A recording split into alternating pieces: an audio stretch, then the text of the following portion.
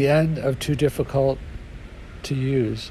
So the way governments, companies, just in general, have kind of restricted use of things is by making them difficult to use. For example, like, when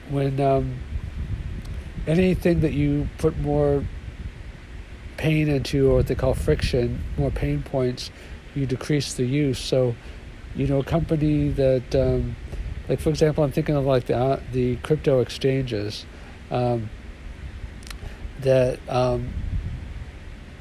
you have to do two-factor authentication, you have to verify your identity, you have to give a copy of your license, front and back. Then they come back and they say that it's not the right amount of pixels, and then you have to give the verification code within 60 seconds, otherwise you get locked out of your account.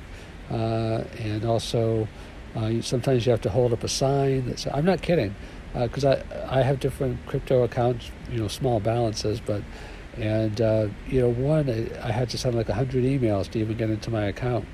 I had to hold up a sign that said, who I am and how to include my face, and they said the sign wasn't at the right angle. And I think that, some companies just play games. So, for example, if you can't get into your account and you have money, you might just never come back. And I don't know if the company can keep your money after a while or what happens. But, exchanges also, delist coins. I don't know what happens to all that money. They say that 20% of all Bitcoin has been lost. I mean, obviously a lot has been stolen also by hacks. They said that people were discouraged from voting for years by having to do so much proof that it made voting inconvenient. When you go for public services, I believe, some people say that the reporting and the requirement guidelines, requirements, can be onerous and difficult and discourage people.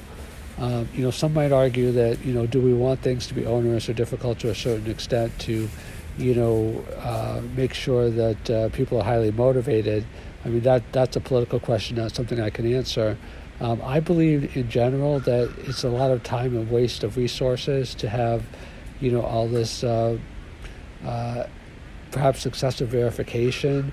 I do think that, verification is important to eliminate fraud. I mean, PayPal, the founder Max Peter Thiel said that they were losing a huge amount of money because of fraud, and hackers obviously try to penetrate any weak system.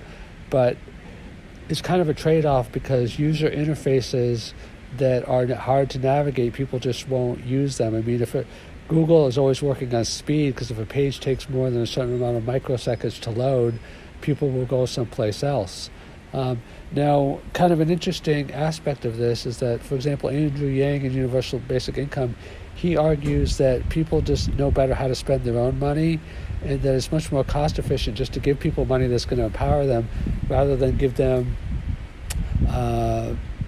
social services where they always have to go through all the requirements.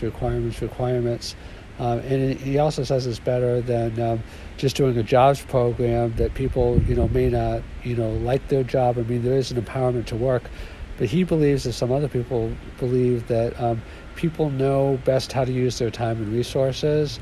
Now, this is an interesting thing, because it gets into the idea of also working from home versus, there's different studies. Some people say people are more productive working from home, actually, because they have more control over their environment, whereas other people say that a lot is lost when you're not actually in the office. So there's arguments that can be made both sides, but increasingly in the future, where attention is the scarcest resource, you want to have some safeguards, but if you can invent systems that make it easier of use, you're going to be much, much more successful. So, for example, Bitcoin and blockchain has not been widely used because it's too confusing. People don't know how to, buy it. They don't know how to spend it. dApps, for example, on the blockchain are also not popular for the same reason. You have these long, internet addresses. You have these long wallet addresses. So the internet didn't become popular until we had browsers. The smartphone didn't become, and the browsers make it easy to use. The smartphones didn't become popular until, the iPhone came along, and the MP3s didn't become popular until the iPod came along, and Apple was famous for like cutting things out and just making it simple.